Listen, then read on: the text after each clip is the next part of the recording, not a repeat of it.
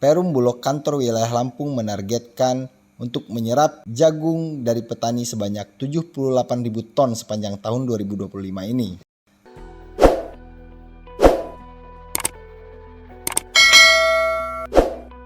Pemimpin Perum Bulog Kantor Wilayah Lampung, Nurman Susilo, mengatakan jika sejauh ini pihaknya telah menyerap sekitar 19.000 ton atau 24% dari target yang telah ditetapkan.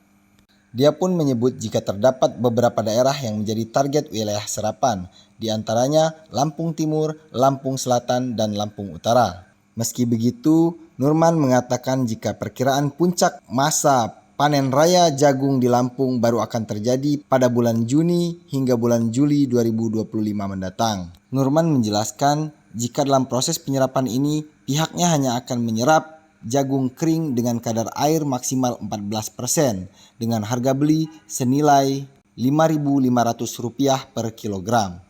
Untuk memenuhi kriteria ini, Perum Bulog Lampung menghimbau agar para petani melakukan pengeringan terhadap jagung yang dipanen sebelum melakukan penjualan ke Bulog Lampung.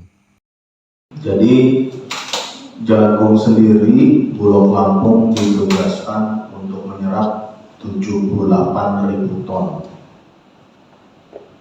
Saat ini kami sudah melakukan penyerapan kurang lebih 19.000 ton, artinya sudah 24%. Nah, ini panen sudah mulai banyak di bulan Juni nanti terutama. Saat ini sudah ada mulai panen di Lampung Timur, Lampung Selatan, Lampung Utara sudah ada. Tentunya kita dari Bulog akan menambah atau akan melakukan penyerapan jagung. Kemudian yang kedua, terkait dengan kualitas jagung yang dibeli oleh Bulog, yaitu kadar airnya 14%. Jadi jagungnya kering. Jagungnya kering 14% dan kadar aflatoksinnya 50 ppb.